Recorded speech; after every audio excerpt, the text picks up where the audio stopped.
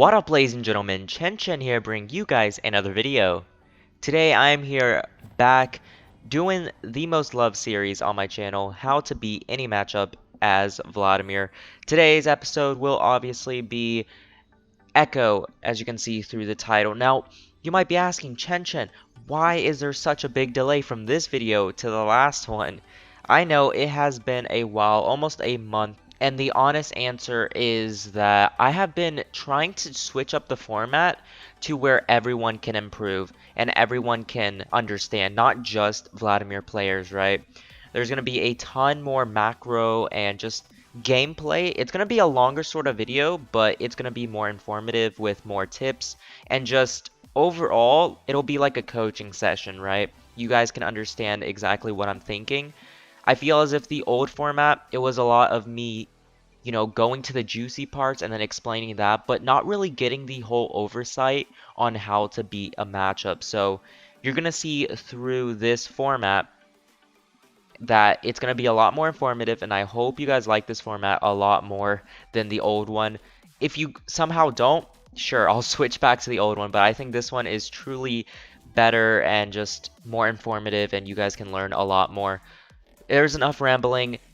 If you enjoy the video, make sure to smash the like button, subscribe to join the Crimson Pact, turn on my notifications, and let's just get right into how to beat Ekko as Vladimir.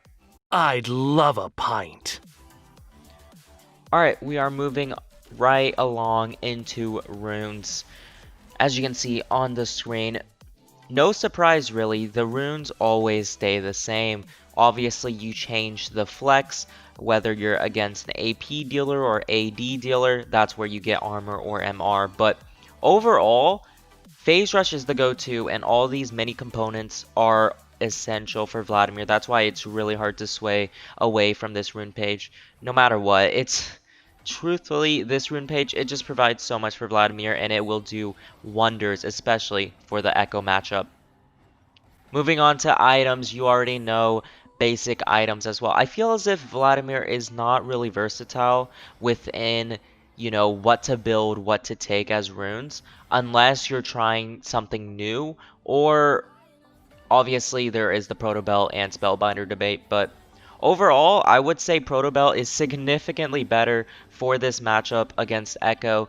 The reason being is that small dash is extremely well to gap close whenever he ults, to dodge his W, to sidestep from his Q that finishes you off. There's so many aspects of Proto Belt that will save you against this matchup specifically. So I would definitely recommend Proto Belt. Obviously getting your 20% CDR into Proto Belt, into Rabadons. After that, or before that actually, you do want to finish your boots first. Just the basic items as previous videos, of course. Alright, it seems as if I'm going very fast amongst these, mini components that used to take up a longer duration of the video, but the reason being is I truly want to make it majority gameplay and explain my brain process there. So this is the general tips, and you're going to see that I wind this down a lot and I don't actually explain too much just because gameplay has it all. Trust me, guys. So general tips for this matchup. For starters, you almost always want to ult him before he ults. So you don't want to use it after he ults. First off, your ult latches onto his ult, so that's pretty good. And second of all, you should be able to burst him down, and you need that extra AP damage to burst him down to make him want to ult, and then he's useless. He's not a champion anymore. And also ties down to another tip, which is you almost never want to use your W unless he already ulted. A basic combo should be E, R, Q, kite around, wait for your abilities. He's gonna ult, and then you can Q E W. He's dead. Alright, if you waste your W before he ults, there's a lot of small interactions that could happen, and you can obviously die. You almost essentially want your W after he ults, and if he's stupid enough to go in, that is where you can capitalize. Another tip in this matchup specifically is that you can actually manipulate the wave extremely well. right? You don't even have to be that good at manipulating the wave, but because Ekko is so one-dimensional when it comes to wave clear, all he has is his Q, it's pretty obvious, like, he's pretty much forced to shove, right? If you stand behind your minions, and he wants to like either poke you or shove the wave, he's gonna Q the wave and it's gonna shove, and you can set up a freeze, you can just do tons of things. You're gonna see through the gameplay, I'm threatening freeze constantly, and it's actually probably what allowed me to win this lane and just overall destroy him in terms of CS. You can gain a massive CS pressure if you are permanently freezing. Alright, and the last tip, which is, it's kind of already known, Ekko's W makes a noise, and you can actually see his body throwing something. Uh, what I'm trying to say is you should never be getting hit by his W. Alright, there, I said it. If you get hit by his W, you are really bad at the game. I'm just kidding, but just don't get hit by his W. You can hear it, and if you're a lunatic who don't play League with sound, you can see it, right? He's gonna throw something behind his back.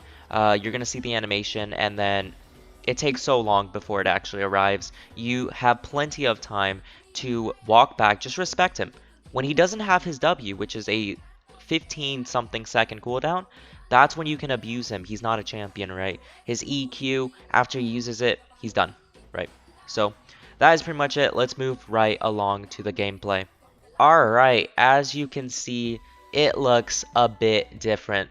For starters, I have Epic Pen, which is what Coach Curtis uses. I don't know if you guys know him, but an amazing, amazing YouTuber with really good informative content. And I picked up this tool from him, which is really nice. You can see that it's a very different format. So we're currently on YouTube. I post all these games to YouTube, and I'm just going to commentate over them. You can see that if I press play, you know, I can write and stuff. It's just going to be a lot better to describe wave management and what I'm thinking. We're not going to skip past a very important part of these videos, which is win condition, right? A lot of low elo players don't actually know what their win condition is, how they should be playing the game, etc, etc. Now, I do want to preface really quick before we actually start that this game is a loss, alright? And this series is not about, oh, how to destroy this matchup and then 1v9.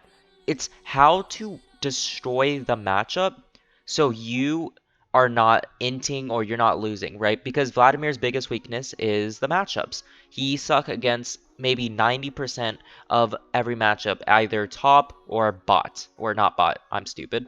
Top or mid, alright? He has a lot of bad matchups, and for a good reason too. He has low range, doesn't really have a real ability. His Q is mostly used to self-sustain, so all he has is E for his trading ability, unless he uses Q, but then he can't. The kit is basically meant to survive lane, and that's really hard when there's a lot of bullies. So this game is a loss, but in my opinion, I destroyed Ekko in this matchup. And it's not an easy Ekko either. As you can see, 1.7 million points on this Ekko. Another thing to notice, this is on my Smurf. I don't know if you can see it here, Chen Chen lol. But this is in Diamond MMR, right? Diamond, Diamond, you can see the Diamond borders. So this is by no means me just smurfing on low elo. This is right up there, alright? Right up high elo. So we're going to talk about win conditions, right? As you can see, we have a Elise versus Hecarim. So there's a couple things here. For starters, you already know Elise is an early game snowball jungler. If she doesn't snowball, she is pretty much useless. Alright? They have a Wukong, and we have a Shen. This guy traded lanes with me, by the way. So the thing about this is, realistically, neither of them are gonna like hard beat each other. They're both just gonna be very impactful overall. And then if you look at bot lane, Caitlyn and Nautilus versus Twitch and Thresh. Not really much to say about that. So when we're talking about win conditions, right? You really have to focus on the jungler. This is this is quite obnoxious actually. This is too big. Can I make it smaller? I could. Okay, so the jungler, right? Elise versus Hecarim, that is the most important win condition. Whoever wins this is pretty much going to determine the lane or determine the pace of the game. Whoever wins this jungle matchup. Mid, it's gonna be pretty even. Uh, Not much to say about bot either, and then top is going to be a farm fest. So it's all up to the jungle, and that's going to be pretty important as we enter the game. When we talk about win conditions, I mean, it's pretty obvious. Vlad and Caitlyn are your main people that should be getting kills, right? Have potential to carry, especially Vlad. Their team comp cannot stop me, right? They have almost no one who can stop me. If I get feared through Hecarim, potentially. But other than that, what just happened? Other than that, there is not a lot that can stop a fed Vladimir this game. So we're just going to see what happened this game. We're going to start the play. I will be skipping the extremely boring parts where I'm not saying a lot. Alright, we are now in a lane. So for starters, I want you to quickly notice that I did take Doran's ring. This is because Ekko does not really have like consistent poke to where Doran's shield would be effective. You want to take Doran's ring to pretty much just out damage him and have that lane presence, because if Ekko makes an early mistake that you can capitalize on, you can easily win the lane. So you're gonna see right here how do we play the first wave. He's gonna throw his Q, but like I said, his Q is very one-dimensional, and you kind of expect where it is. I'll take the trade for 3 CS. I'm able to continue CSing, of course. And it's just not that much damage. So you can see I'm pressuring with Q. I'm tethering my range really well to where if he's stepping up, I'm able to Q him, right? As you can see right here, empowered Q was almost ready. So I'm walking up. And Ekko can't do anything, right? He doesn't have any gap closer. He doesn't have anything level 1. And once again, tethering range. There's his E. And then he's going to go in for some damage. But overall, that's a really good trade. Once again, empowered Q was up. I'm stepping up. Alright, just basic Vladimir mechanics. So I'm really abusing this guy's short range. Melee versus range, you almost always want to play like this, right? Very aggressive, very up in their face to just prevent them from getting any laning phase. So right now, I'm open to taking E damage or Q damage. We're going to wind back. So you can see this minion, he's walking back. He's most likely going to Q this minion. But I already have my empowered Q almost coming up. So let's see what I do here. I know he's going to Q that, but I'm able to walk up and pretty much pressure another empowered Q, making him dash away. He's wasting a lot of mana and a lot of HP. Playing super aggressive but super controlled at the same time. And you can just see how effective it is against Ekko. He walks back up, I Q him again. He walks back up. If he's not Qing me, I'm just going to continue walking, pressuring my empowered Q. He wastes his E. If Ekko ever wastes E in lane, he can never ever pressure you and poke you down with his combo, right? There's a reason why he took Electrocute. He's trying to do his burst combo, his level 3 burst combo, his basic E, Q, auto, etc. But if I'm forcing him to E backwards just like that, where he wants to E back to safety, he can never find an opportunity to pressure me. And just look at this macro. Absolutely beautiful. I am pressuring a freeze. So one thing to notice is I have 600 gold, right? Vladimir cannot buy shit with 600 gold. Alright, I'm gonna threaten a freeze or a mini freeze just to ensure that he misses the most amount of minions possible. I also ward here. This is a pretty lazy ward that I almost never want to do, but the reason why I did it here is because I'm setting up a freeze. The only potential that I break it or get chunked out is roughly right around here. Either Hecarim or Ekko comes from the wall and I'm going to get chunked out. I don't want that to happen, so I'm going to ward to ensure that I'm pretty much safe. And just look at the value of the freeze. Ekko rotated bot instead of capturing, which is, I guess, his only option because I'm freezing. But you're gonna see right here, right when I see that he's chunked out, you know, he's forced to recall, I am going to turn my engines on and start shoving as well. Now he's gonna actually come back, but look at this. It's not a good time for him to come back, and I'm able to use basic combo. She landed Cocoon, I'm using my W for damage, and we just finished that off. So a couple things in there. I don't really want to rewind, but you could see that Ekko was half HP in his bot fight. He was half HP. Either he is going to reset and come back to full HP, or he is going to come with half HP. But I'm already pressuring him, and because he went for a rotation bot, I'm ahead of him, and I'm not afraid to trade. So that is just a super easy kill. Right now, 36 yes to 17. Really, really solid lead. We're coming back to lane. You're going to see right here that I threaten another freeze. This is something you want to do very often against assassins like Ekko or Talon. Not necessarily Talon, actually, but assassins that require more than just their basic kit. So like, for example, Ekko, Fizz, they require their ultimates to really do a lot. But if I'm freezing the... Let me talk here. If I'm freezing the wave to where either they are forced to lose a bunch of minions, or they can roam, right? It's pretty much free roam, but they're going to lose a bunch of minions.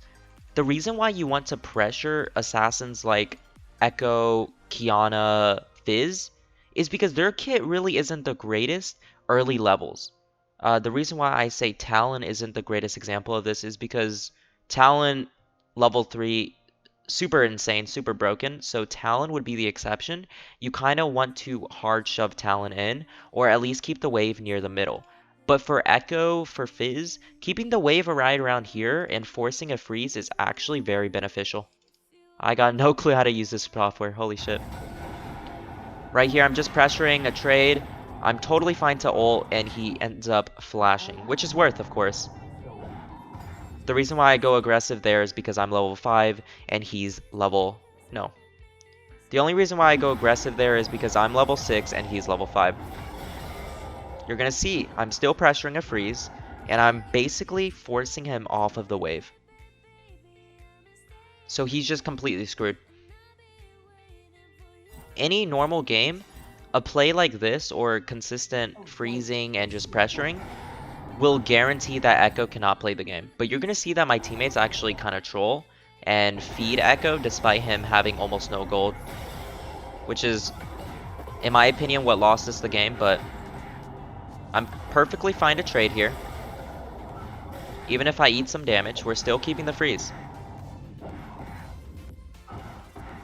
We are still keeping the freeze.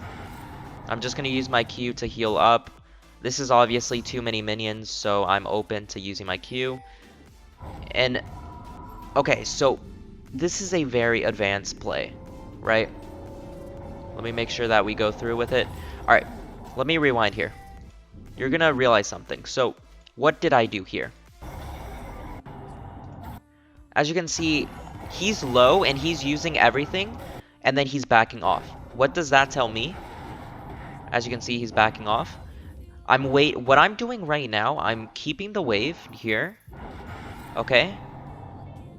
I'm gonna drag it off so it latches onto this next wave. I'm waiting for it to stop hitting, and I'm gonna take a back here. So, let me explain this play. For starters, Ekko is probably either he's still recalling or he's right at base. So what does this recall do? It keeps the freeze, so it keeps minions right here to where he's still going to miss this wave, but I am going to ultimately come back and catch the wave. This is a very advanced strategy, and let's see what happens here. So, as you can see, wave is very big. You can see he missed. This is the next wave, right? Yeah, this is another wave. You can see I'm catching majority of the minions here, but he missed so many minions off of that.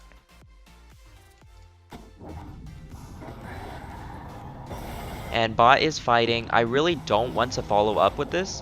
A lot of you already know my opinion on Vladimir and taking early roams. 9 out of 10 times is just not worth it. You're going to lose a lot, and as you can see right here, I lost a couple minions off of it. I did not have R. There's no reason for me to walk out there.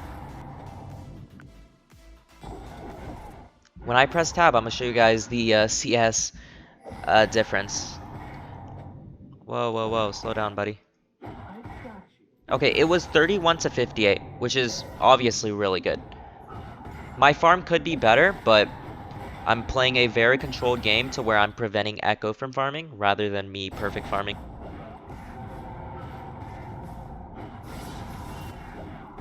Trying to ping my teammates to back.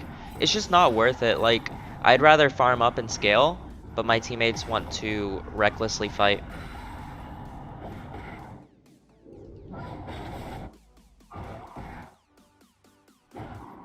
As you can see, Nautilus is completely out positioned.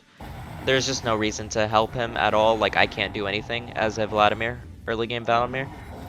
We're just focusing on farm. Now I have 70 CS in 8.50 minutes, which is really good, of course. So right here, hold on, let me get it for you guys. It is 35 CS to 71 CS. I am doubling his CS, and I am 2 levels above him. This lane is over. But you can still see that he's getting a lot of kill participation because my teammates are not respecting his roams that I am clearly pinging out. But once again, I am threatening a freeze. Now, I want to quickly notice that in hindsight, I believe this is a mistake of mine. I'm 2 levels above him, doubling his CS. Sure, this is going to continue making him lose CS and me constantly freezing. It's going to be very helpful for me. In hindsight, I don't think this was the play.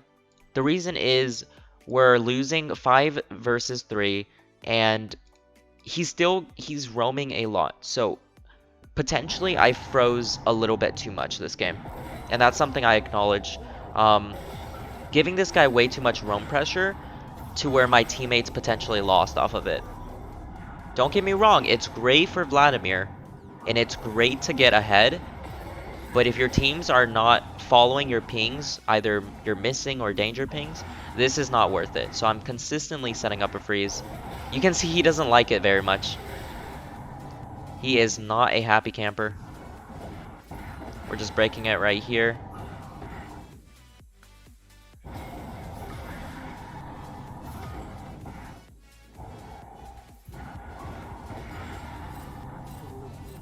Pinging that he is roaming. He tries to go in here.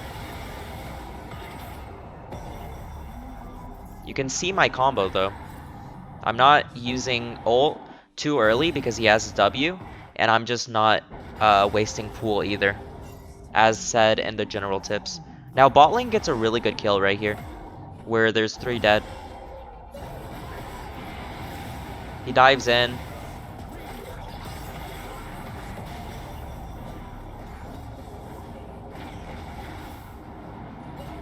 Alright, I was very hesitant to use my Q flash. And another thing, it may look bad. It may look like I'm like not following my words as I use my pool here, but the reason why I use my pool here is because, so as I said, don't use W unless he ults. You know, if you can dodge it, it'd be best. The reason why I did it here though is because Elise is coming and his E was about to hit me. Alright, that's the only reason why I did it there. Luckily it worked out, but this was really trolling me. I should have just Q flashed. I thought Elise had him. It ends up him getting away, me chasing, and Elise gets him anyways, but it's a tempo loss for sure. Chasing for kills and just losing a lot of minions. Should have definitely just Q flashed and secured it, but either way, playing a really solid game, as you can see. I tried getting that with the auto W, it did not work. Bot lane is getting collapsed on. Ekko just loves to roam. Ekko has 38 CS to my 93, right? If my teammates recognize that he had TP and my missing pings that I constantly pinged earlier, this game would have been over. A 38 CS carry will not come back into the game, especially against Vladimir. It's very unfortunate. As you can see, Ekko fucking TP'd bot twice. Yeah, he can't do shit in lane. And I tell them to expect that to happen. Like, they should be playing very safe. Right now, the win condition is Vladimir and Elise. I am super ahead. Dumb just getting overextended and dying to Ekko is really fucking me over. Really, really screwing me over. Any regular game where I play like this, game should be over. But Ekko is actually getting really decent roams. Once again, threatening freeze. Like I said, potentially not the best idea. I'm freezing a little too much to where Ekko has room to roam. Granted, I do ping missing, so it's not completely my fault, but it's a product of me freezing, right? Ekko's gonna be looking for a play, and my teammates ignore all missing pings, so they just end up overextending, of course. We're gonna get a deep ward here. This is where we follow up.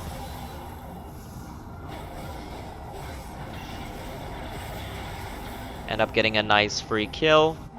Only reason why I roamed there was because I shoved out mid lane and Drake was about to spawn. That's the only reason why I rotated there. And it ended up working. We got a kill. Right here, we are making a rotation. Basically, whenever a bot turret... Oh, I hate YouTube. Fucking dumb stuff. Like, you can't actually see it, but right here, whenever bot turret tier 1 disappears, it's very common for bot to go mid and then you to go bot. This is really good for Vlad. Let me explain. Vladimir strives in the side lane. That's number 1, side lane, right? He strives in the side lane, and number 2, it's to kill the AD carry. The biggest threat for Vladimir in every single game is the AD carry. It's like a two-way street, right? Vladimir's biggest champion to be scared of is the AD carry, and an AD carry's biggest fear is Vladimir. It's pretty ironic how that works, but it's so true. If Vladimir ever gets CC down, an AD carry just pretty much one-shots Vladimir. This is why AD carry is the best role to counter Vladimir, right? If Vlad gets CC down, AD carry just spits their auto attacks, I don't even know, and Vlad pretty much can get one shot without even using pool. This is bad for Vladimir for obvious reasons. The reason why rotating like this is very beneficial for Vlad is because I have a very good chance to actually kill the AD carry and make him weaker. As you see right here, we're getting Thresh. I believe Twitch dies as well through Elise.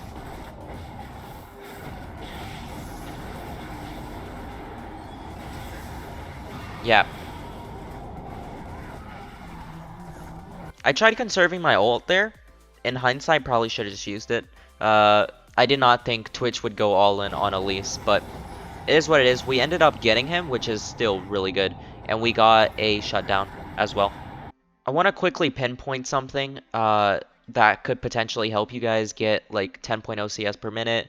And it's just very common that I do this, right? Let me rewind a little bit here. So I just resetted after that Twitch shutdown. You're going to see Shen is top, Elise is going top, Caitlyn, they're pretty much all top side, right? My whole team is top side. That leaves me to go bot side. There's no reason why I should be going mid to contest Caitlyn's farm. There's no reason why I should be going top to contest Shen's farm. There is free farm down in the bot lane. All right. A lot of low elo players love to just group for some reason and share, you know, resources. That is very stupid. So you're gonna see that because the minion wave is right here where Twitch is, very deep into the lane. What am I gonna do? I'm gonna still look for farm. I'm still gonna look to get fed. So as you can see right here, we are taking jungle camps. This is the perfect time to take jungle camps.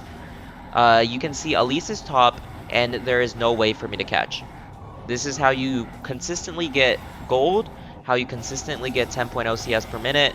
It's just very crucial for you to recognize when to take jungle camps and when to not take jungle camps.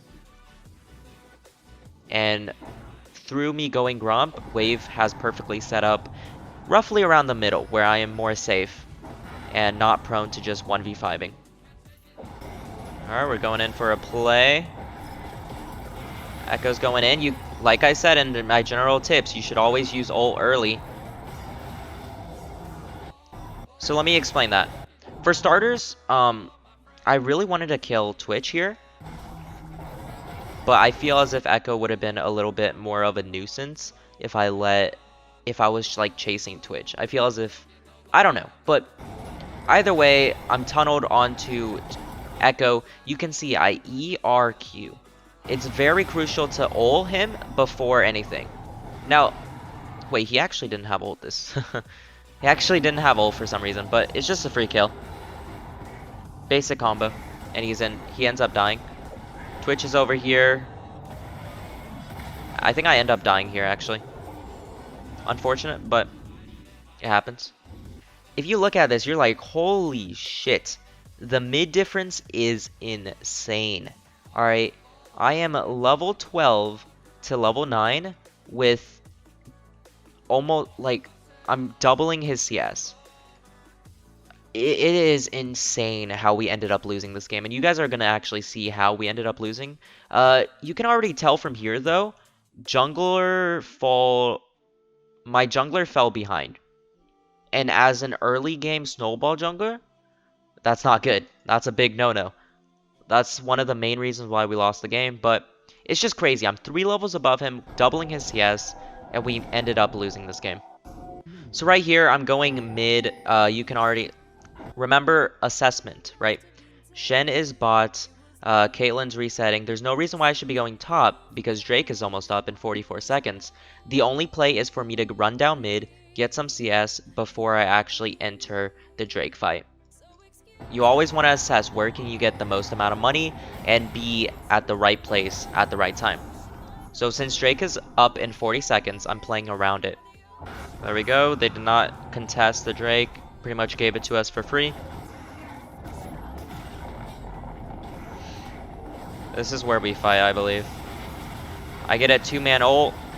Pretty decent. End up bursting him down. I got him as well. And we flash. So I got a triple up from that one. You would think the game would be over after that play. Like, that is just such a beautiful play, but I don't know how we lost this game. Anyways, that was just a really nice fight. The reason why I ulted right there is because, well, for starters, I didn't know where Twitch was, right? If we were to rewind that fight. For starters, like, okay, never mind. I do know where Twitch is, but there's no way I can, like, enter into Twitch and kill him and not face repercussions. The enemy can easily just tunnel onto me and I die. It's just not worth it. So I take the easier fight. Now, I realistically should have gotten a 3-man ult, but I actually ended up only getting a 2-man ult. Yeah. But it still worked out.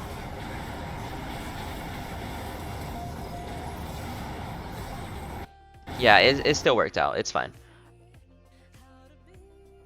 I potentially could have waited to use my ultimate for like this situation where Twitch is walking up, but I don't know. It worked out. We're not gonna complain too much on my mini macro mistakes. It ended up working well. When Drake or when no neutral objective is up, I normally tend to split, right? Even sometimes, like, which is a mistake in my part. If my top laner went top, I would honestly still be splitting bot, even with Baron up. The reason being is if my team is dumb enough to get caught and they get Baron, I'm still gonna get a lot off of splitting. And I just love splitting in times where Drake is not up. Most common team fights are from Drake. If they get caught and the enemy gets Baron, that is honestly not my fault. But you can see I'm keeping really good CS. Ekko has 100 CS in 22 minutes. Truly Ekko smurfing. Caitlyn gets caught. And team gets caught. What do you expect? So this is what I was actually talking about. My whole team gets caught. I'm not gonna come to it for starters because I can't. And second, I'm just not gonna make it in time. So we're just gonna get what we can. I think this is where we started to throw. The most ideal situation here is we're all splitting, no one is getting caught. We wait for Drake, and after getting Drake, we can easily get Baron. That's the most ideal situation, right? You could be like, oh, Chen Chen, couldn't you just group? The thing about grouping is you're wasting a lot of potential. And if these guys were actually good players, the play that I was discussing earlier where we're all splitting right now would be the best. There's no reason to force. Drake is about to spawn, we play for Drake and then play for Baron, we end. No reason why we should be grouping and taking dumb fights. We gotta shove out mid-wave though.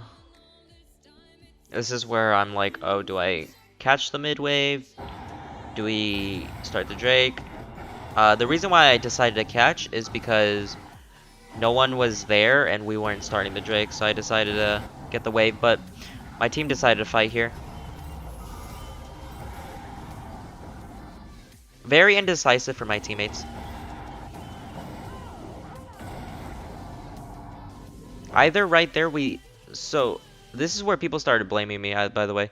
Either we start the Drake while I was there and pretty much initiate the fight, right? That's going to guarantee start the fight, or we can slow it down. They're not going to decide the pace of this fight. They're not going to just randomly start it. So I should have easily been able to catch the wave. My team should not have gotten caught.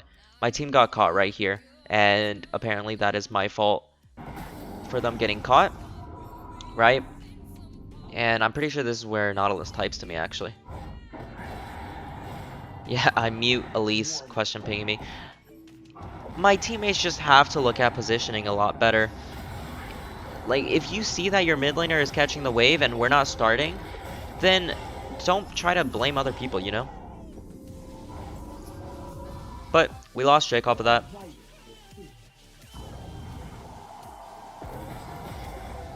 I'm not forcing anything, I'm just looking to get the wave, trying to get my items.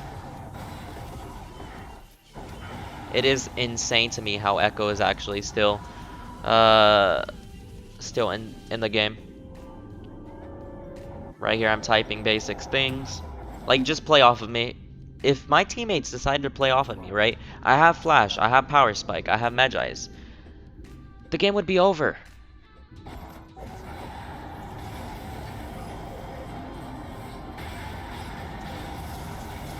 Teammates are getting caught once again. I'll take the two-man ult. Like, so long I can kill one of them, it'll be pretty worth. We get a double here. And Twitch is just gonna mow us all down, actually. I think we get Twitch here, actually. Oh, yep. Yep. I remember now. I remember now. It's the fucking AD diff. Alright. So let me rewind here. This was a really good engage. We got double kill. This is really good. What happened here was we were just not able to get Twitch, right? Like, he CC'd down and then Twitch just mowed down Caitlyn. This was a really solid play, right? My input buffer, really solid. For some god reason, I still ended up dying. So as you can see, he's stunned up and then I don't even know, man. That's an input buffer, alright? Literal input buffer. How in the world does my input buffer not go through and his autos go through before me?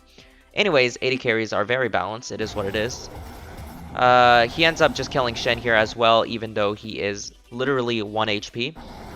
AD carries are very balanced. Let me repeat.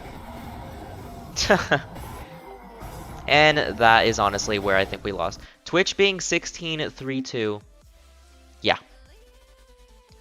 How I decipher Vladimir gameplay and like whether games are carryable or not, if an AD carry is the same level as me when I am uber fed, game is probably over. There is almost no hope.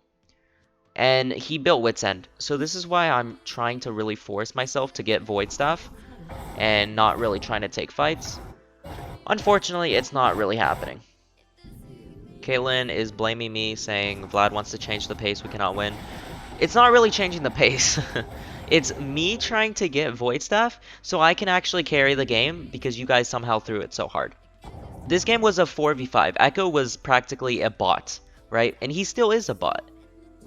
If I press tab again, look at his items, bro. He has 3 items compared to my fucking 4, and I'm almost, like, these components are big. Like, he's not even champion, man. He's not a champion. Look at his CS, look at his XP. But somehow, he managed to get back into the game. It's nothing about me changing the pace, it's about me getting Void Staff so I can actually carry the game. Gonna skip around here. Continuously catching waves. Remember, if there's no neutral objectives that you're fighting towards, just split. Preferably around Baron. Right? Like, no team is just gonna randomly start Baron, so I'm just gonna be splitting top. And here we go, we got Void. This is big, this is big. We can make big money moves. Let's see how this gets fucked up. Okay, this is the fight. So right here, I'm zoned off, right? For starters, I don't know where Twitch is, right? Twitch is missing, and I'm practically zoned off right here. If I were to walk right here, I would have to engage onto those 3 guys, but they were, like, they weren't together. One was here, one was here, one was here. I'm not going to get a good ult from that, so I'm not going to fight that. Instead, Wukong is constantly chasing me, so obviously I have to fight him, and this is where our team lost, and they pinged me. Right? Elise pinging Vlad. I think Nautilus typed as well. Nautilus was toxic, right? Vlad is so trash. Let's go. It's insane. I agree. 8-2-3. I don't know. I'm trash apparently. So, reevaluation. Was that fight my fault? No. I could not have done anything differently. I could have engaged onto the 3, but Twitch was right around here. I could not kill Twitch, and Twitch would kill me. My goal in that fight was to kill this fed Twitch. I was not able... We were, as a team, not positioned properly. Is that my fault? Not really. That's my team's fault. Could I have played that better? Potentially. I pathed horribly and pretty much got caught with Wukong to where I could not enter this fight where Twitch was. Is the game my fault? Truthfully, I do not believe so. Nautilus can blame me. Nautilus and Elise can blame me. At the end of the day, it is what it is. I tried my best, and that is all that matters.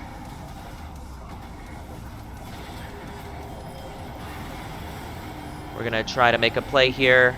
Twitch has stopwatch, so I end up dying. He says, AFK farms whole game, 0 impact, comes late, still AFK, useless. Like, I impacted the whole game by making Ekko not a champion. Alright, well, that is pretty much the game. You can see how it wraps up. Why did it just restart? You can see how it wraps up. I got a S minus. Vladimir trash. Right? Vlad is trash. You can see a level discrepancy right here with our numbers and with their numbers, right? I am 1 level above Ekko, which is insane. I should be like 3 levels above, but weren't really able to shut him out. But look at this. Twitch, level 16, I'm level 16. He is the highest level compared with Heckroom, and I am just one person. So this game was not winnable, right? We had an early game jungler who did not win early game. Game's over. Literally. Hecarim just kind of ran us through with his tank build, and Twitch just 1v9 carried. So that is the game. Let me know in the comments if you like this new format. I personally love it. It's a lot more content, a lot more juice filled into the video, but I think you guys can learn a lot from it. Like I said in the beginning, this is how to destroy any matchup as Vladimir, not how to win against said matchup. Obviously, they come intertwine, and realistically, this should have been my game. But since it is a team game, I can only do so much. I ended up going 8-3-5 with really good CS. That's all I can do, man. That is all I can do. Obviously, small improvements I could have made, but overall, I would say I destroyed Ekko. With that being said, guys, if you enjoyed the video, make sure to smash the like button, comment down next champion you would like to see in this series, and join the Crimson Pack by subscribing to the channel. Thank you all so much for watching. Hope you all have a great day. Chen Chen out.